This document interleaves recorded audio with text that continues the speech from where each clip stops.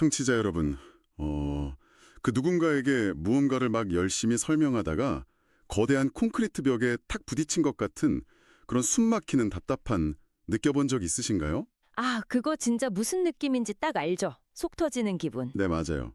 막 내 머릿속에 있는 걸 그대로 꺼내서 상대방 뇌에 복사해서 붙여넣기를 딱 하고 싶은데 상대방은 전혀 이해를 못하는 것 같고. 그렇죠. 눈만 껌벅껌벅하고 있고. 와, 그러니까요. 그래서 결국 속으로 도대체 왜 이렇게 안 통할까 하면서 깊은 한숨을 쉬게 되는 그런 순간들 말이에요. 뭐 직장에서 신입사원 교육할 때일 수도 있고 집에서 애들한테 수학 문제 가르칠 때일 수도 있겠죠. 사실 그런 순간에 우리 뇌가 취하는 방어 기제를 들여다보면 되게 흥미롭거든요. 사람들은 보통 그런 답답함을 마주하면 반사적으로 외부에서 원인을 찾기 시작해요. 외부에서요? 그러니까 남 탓을 한다는 건가요? 그렇죠. 상대방의 이해력이 좀 부족하다거나 아니면 뭐 세대 차이가 난다거나 문화적 배경이 달라서 내 말을 온전히 흡수하지 못한다고 딱 규정해버리는 거죠. 약간 합리화를 하는 거네요. 내가 못 가르치는 게 아니라 네가 못 알아듣는 거다 이런 식으로요. 네. 심리적으로 볼 때 내가 설명하는 방식이나 내 실력에 문제가 있다고 인정하는 것보다는 상대방의 결함이나 환경 탓으로 돌리는 게 자아를 보호하는 데 훨씬 유리하거든요. 와, 바로 그 지점입니다. 핑계를 외부로 딱 돌리고 나면 당장 내 마음은 편해질지 몰라도 결국 상대방과의 소통이라는 그 근본적인 문제는 하나도 해결이 안 되잖아요. 그렇죠. 제자리 걸음인 거죠. 그래서 오늘 우리가 뛰어들 심층 탐구의 여정이 바로 이 가장 일상적이면서도 본질적인 딜레마에서 시작됩니다. 오늘 분석할 자료가 2026년 2월 부산에서 진행된 한 강연의 질의응답 내용이거든요. 네. 겉보기에는 그냥 외국인 학생을 가르치는 교사의 고충을 다루고 있어요. 하지만 조금만 파고들면 AI가 모든 지식을 대체하는 이 시대에 무언가를 가르친다는 것의 진짜 의미가 무엇인지 거대한 패러다임의 전환을 담고 있습니다. 이 자료가 진짜 흥미로운 게요. 무슨 특정 교수법이나 스킬을 나열하는 그런 기술서가 아니라는 점이에요. 정보가 막 범람하고 AI가 실시간으로 완벽한 지식을 쏟아내는 이 시대를 살아가는 우리 모두의 이야기죠. 맞아요. 지식 전달의 한계. 네, 그 한계를 아주 투명한 렌즈로 보여주고 있거든요. 특히 이 질문자의 구체적인 상황이 이 거대한 주제를 우리 현실로 확 끌어내리는 역할을 합니다. 진짜 이 질문자분 사연이 너무 생생하고 약간 되게 짜네요. 이분이 현재 태국 현지에서 학생들에게 한국어 능력 시험, 그러니까 토픽 고급 과정을 가르치고 있는 선생님이시거든요. 토픽 상급 과정이면 뭐 어휘나 문법 수준이 장난이 아니죠. 청취자분들도 아시겠지만 외국인 학생들에게 이 토픽 상급 합격증은 단순한 언어 자격증 그 이상의 의미잖아요. 당연하죠. 한국 대학 진학이나 한국 기업 취업을 위한 일종의 결정적인 티켓과도 같은 거니까요. 맞아요. 티켓. 학생들의 인생 궤적 자체를 바꿀 수 있는 시험이다 보니 현장에서는 교사 입장에서는 정말 막중한 책임감을 느낄 수밖에 없는 그런 구조입니다. 그렇죠. 그리고 그 강한 책임감은 필연적으로 높은 성과에 대한 압박으로 확 이어지게 되고요. 네, 바로 거기에서 엇박자가 나기 시작하는 겁니다. 맞아요. 현장에서 엄청난 엇박자가 나는 거죠. 선생님은 책임감을 가지고 내 모든 지식을 동원해서 막 열정적으로 가르치는데 태국 학생들의 학습 태도나 속도가 한국 학생들이랑 확연히 다른 거예요. 한국의 치열한 입시 문화, 그 빨리빨리 문화에 익숙한 교사의 눈에는 네, 속 처지죠. 학생들이 너무 느긋해 보이거나 문화적 차이 때문에 진도를 못 따라오는 것처럼 느껴지는 거죠. 선생님은 머리로는 여기가 태국이니까 문화가 달라서 그렇구나 하고 이해하려고 막 애를 쓰는데 머리랑 마음은 또 다르니까요. 그러니까요. 막상 교실에서 수업을 하다 보면 진짜 꽉 막힌 콘크리트 벽을 마주한 것처럼 속이 타들어가는 겁니다. 결국 이 선생님이 내가 이들을 감당하기엔 실력이 부족한 걸까?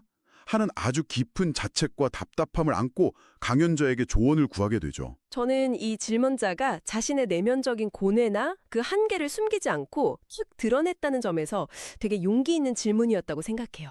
맞아요. 보통은 자존심 상해서 숨기려고 하잖아요. 네, 그래서 통상적인 멘토링이라면 여기서 약간 공감과 위로가 먼저 나오겠죠. 아이고, 타국에서 문화가 다른 학생들 가르치느라 얼마나 고생이 많으십니까? 이런 식으로요. 당연히 그런 따뜻한 말이 나올 줄 알았죠. 하지만 강연자의 진단은 그런 뻔한 위로의 궤도를 완전히 이탈해버립니다. 아주 날카롭고 직설적인 통찰을 확 던지죠. 저 진짜 그 답변 읽고 잠깐 숨을 멈췄다니까요. 강연자가 이렇게 말합니다.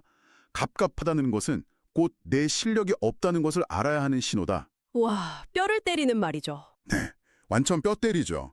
보통은 아까 말씀하신 것처럼 상대방이나 환경을 먼저 탓할 텐데 뭐 문화적 차이나 학생 태도를 운운하기 전에 교사 내 자신의 실력 부족을 직시해라 이거잖아요. 아주 냉정한 진단입니다. 저는 이거 보면서 딱 그 비유가 떠올랐어요.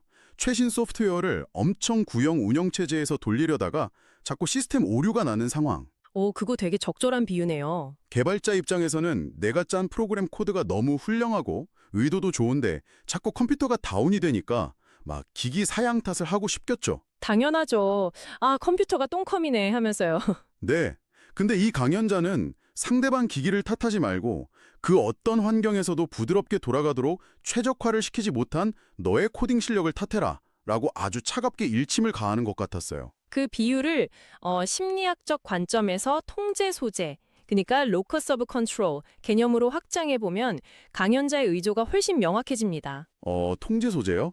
그게 뭔가요? 만약 수업이 삐걱거리는 원인을 태국 학생들의 문화적 특성이나 느린 속도 같은 외부 요인에 둔다면 교사 개인이 할 수 있는 일은 사실상 아무것도 없어요. 아, 내가 컨트롤할 수 없는 영역이니까요. 맞아요. 한 개인이 타국의 문화를 하루아침에 뜯어고칠 수는 없잖아요. 결국 상황에 압도당해서 그냥 무기력해질 수밖에 없죠. 하지만 그 원인을 나의 실력 부재라는 내부 요인으로 돌리는 순간 이야기는 완전히 달라집니다. 아, 제가 아까 콘크리트 벽이라고 표현했던 그 막막한 상황을 내가 직접 망치를 들고 깨부술 수 있는 그런 통제 가능한 영역으로 가져오는 거군요. 바로 그겁니다.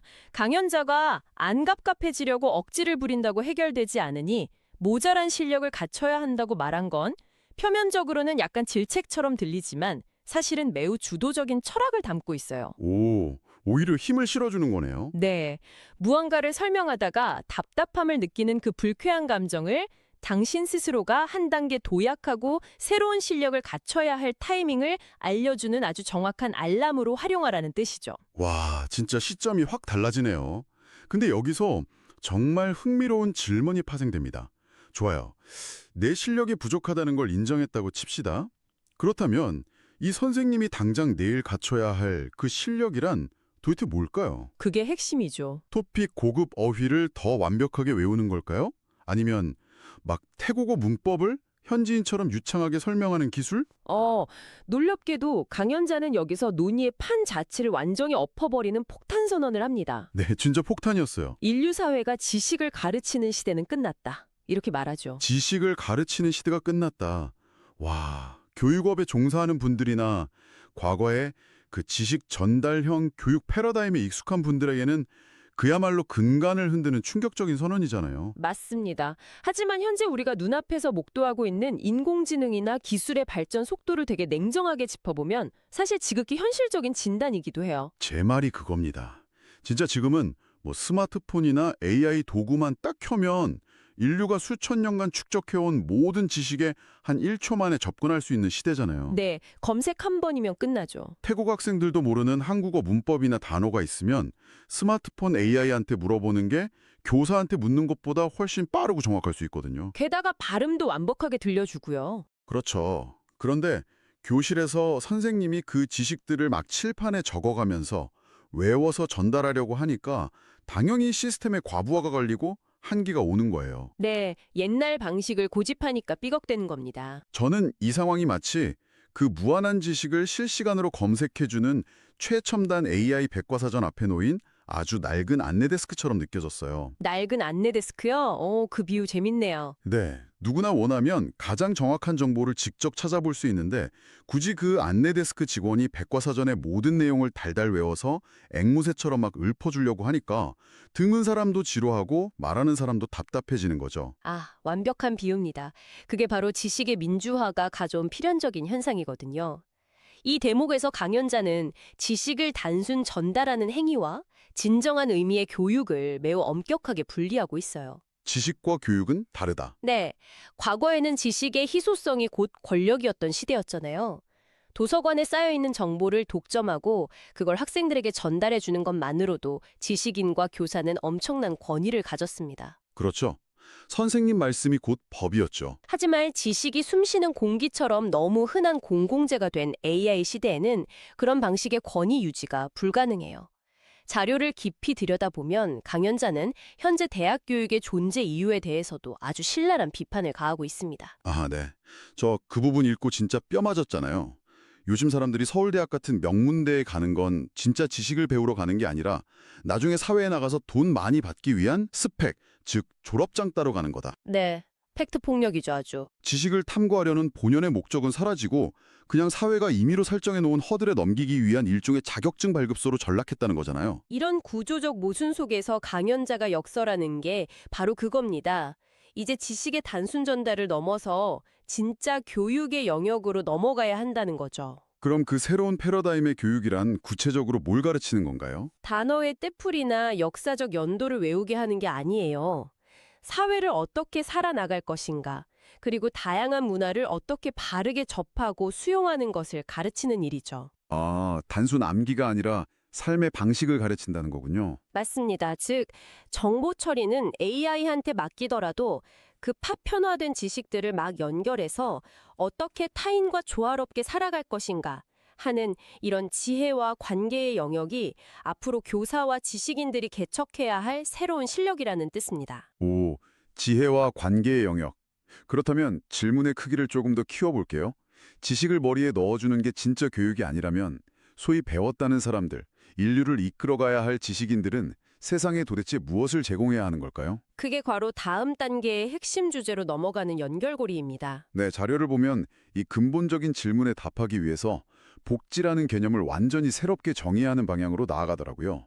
강연자는 여기서 홍익인간이라는 사상적 틀을 끌어와서 지식인의 의무를 설명하는데요. 널리 세상을 이롭게 한다는 뜻이죠. 네, 맞아요. 그 전통적인 개념을 현대 지식인들이 마땅히 짊어져야 할 일종의 노블레스 오블리주로 재해석하고 있습니다. 이 접근법이 시사하는 바가 정말 큽니다.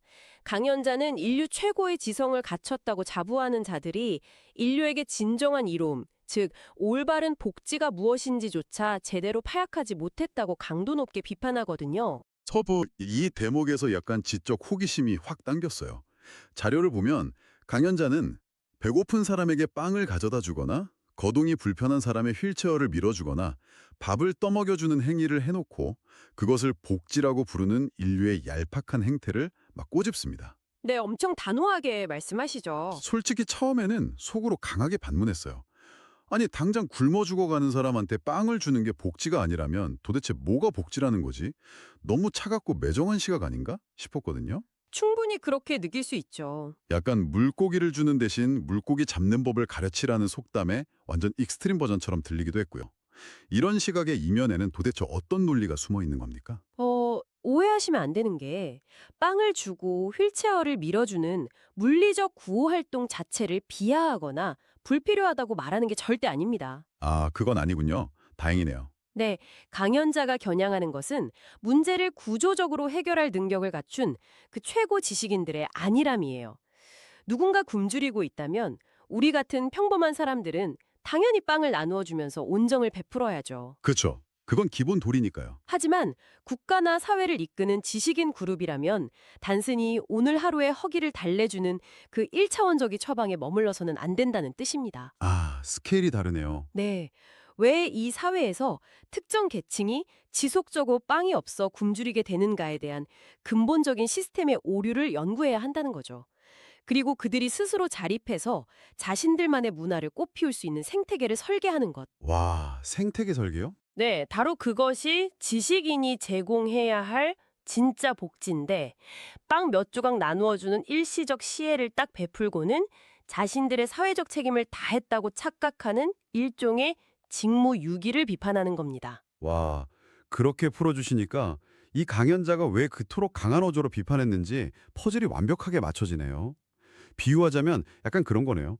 전염병이 막 창궐했는데 최고의 의학 지식을 가진 연구자들이 근본적인 백신을 개발할 생각은 안 하고 환자들한테 그냥 해열제만 나눠주면서 아, 나 진짜 훌륭한 일 했다 하고 스스로 박수치는 상황. 아, 완벽한 비유입니다. 딱 그 상황을 꼬집는 거예요. 진짜 복지는 결핍을 채워주는 수동적인 행위가 아니라 사람들이 스스로 문화를 접하고 바르게 살아갈 수 있는 힘을 길러주는 그런 거시적인 교육과 연구에 있다는 뜻이었군요. 네, 패러다임의 전환이죠. 지식인은 타인의 부족함을 메워주면서 자신의 권위를 막 확인하는 자리가 아니에요. 타인이 스스로 자신의 삶을 설계할 수 있도록 시스템을 연구하는 그런 조력자여야 한다는 겁니다. 와, 깊습니다.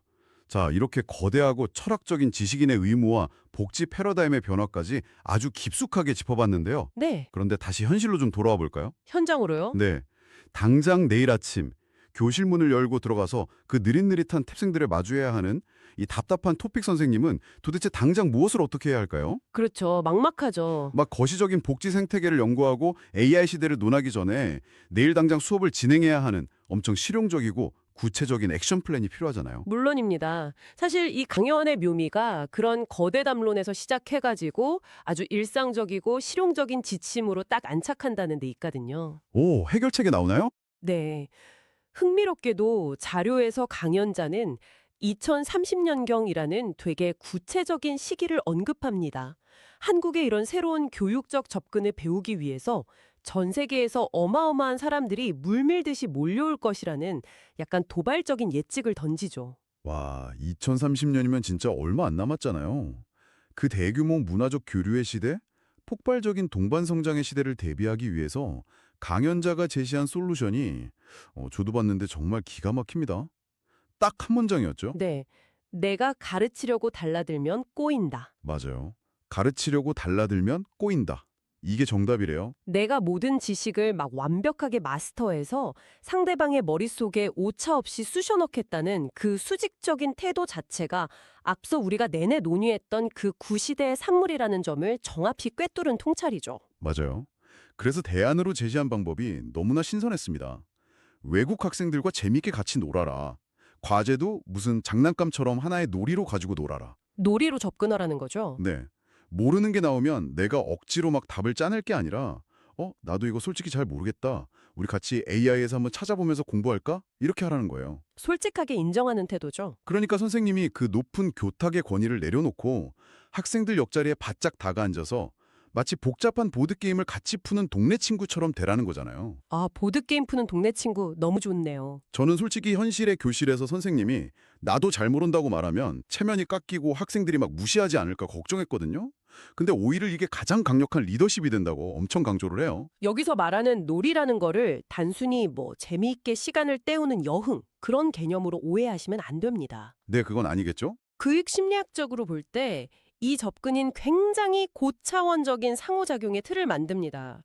첫째로 교사 입장에서는 나는 선생이니까 단 한 치의 오류도 없이 완벽해야 해라는 그 숨막히는 심리적 압박감을 훌훌 벗어던질 수 있어요. 아, 짐을 덜어놓는 거군요. 네.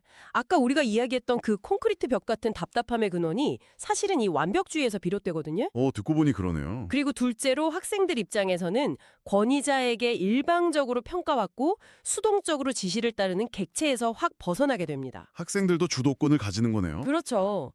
우리 선생님도 모르는 걸 내가 같이 찾아낸다는 감각은 학생에게 엄청난 심리적 안정감을 부여해요. 실패에 대한 두려움 없이 지식 탐구에 막 뛰어들게 만드는 주도권을 넘겨주는 거죠. 와, 교사가 자신의 무지를 드러내는 그 취약성, 즉 vulnerability가 오히려 학생들의 자발성을 이끌어내는 아주 완벽한 동반 성장의 엔진이 되는 셈입니다. 취약성이 자발성을 이끌어낸다. 정말 통찰력 있는 분석입니다. 지식을 어떻게든 학생 머리에 막 쑤셔 넣으려다가 엉켜버린 그 복잡한 실타래를 함께 노는 태도의 전환 하나로 마법처럼 스르륵 풀어버리는 거군요. 네, 맞습니다. 강연자도 마지막에 이 테드님한테 당신은 영리한 사람이니까 이 핵심 열쇠만 주면 교실에서 얼마든지 문제를 풀어갈 수 있다. 이렇게 격려하면서 아주 훈훈하게 마무리를 하더라고요. 훌륭한 마무리죠. 청취자 여러분, 오늘 우리가 이 자료를 통해 나눈 이야기는 비단 한국어를 가르치는 외국어 교실이라는 특수한 공간에만 국한되는 이야기가 절대 아닙니다. 네, 우리 모두의 일상이죠. 직장에서 후배나 신입사원에게 업무의 기본기를 알려주다가 진짜 속이 터질 때, 아니면 집에서 자녀에게 삶의 지혜나 예절을 가르치려다가 막 언성이 녹아질 때, 혹은 연인이나 친구에게 내 방식을 이해시키려고 핏대를 세우며 싸우게 될 때 생기는 그 모든 답답함의 본질에 대한 이야기입니다. 맞습니다. 아주 보편적인 감정이죠. 우리는 이미 지식의 독점 시대가 끝났다는 것을 머리로는 너무나 잘 알고 있으면서도 여전히 누군가 앞에서는 모든 정답을 딱 쥐고 있는 완벽한 지식 자판기 역할을 하려다가 스스로 과부하에 걸려 속을 끓이고 있는 건 아닐까요? 네, 자판기가 고장나는 줄도 모르고요. 스펙의 환상을 좇고 일방적으로 지식을 주입하는 것을 넘어 누군가에게 진정한 이로움을 주는 복지와 교육의 본질은 결국 함께 고민하고 놀며 연구하는 것에 있다는 오늘 탐구의 핵심이 여러분의 꽉 막힌 일상에 아주 작은 숨통을 틔워주었기를 바랍니다. 네, 꼭 그랬으면 좋겠네요. 아까 제가 오프닝에서 막 거대한 콘크리트 벽에 부딪힌 것 같은 답답함을 이야기했었잖아요.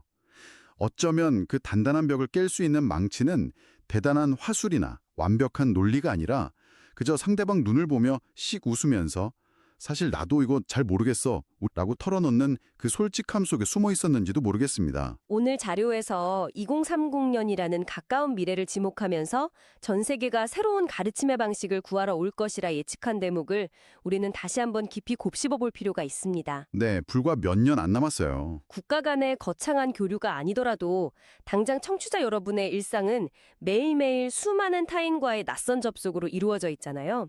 이 시점에서 꼭 묻고 싶습니다. 어떤 질문일지 기대가 되네요. 만약 당신이 내일 누군가에게 지식이나 경험을 전달해야 하는 위치에 서게 된다면 수십 년간 겹겹이 두껍게 쌓아왔던 그 완벽한 전문가라는 무거운 가면을 과감히 벗어던질 용기가 있으신가요? 와, 전문가라는 가면을 벗을 용기요? 명쾌한 정답을 딱 쥐어주면서 군림하려는 대신에 한 걸음 내려와서 눈을 맞추고 실은 나도 아직 정확한 답을 몰라. 하지만 우리 이 문제를 같이 한번 재밌게 파헤쳐 볼까? 네. 내일 아침 당신의 교실, 당신의 거실, 혹은 당신의 그 삭막했던 사무실 공기는 과연 어떤 온도로, 어떤 색깔로 변하게 될까요?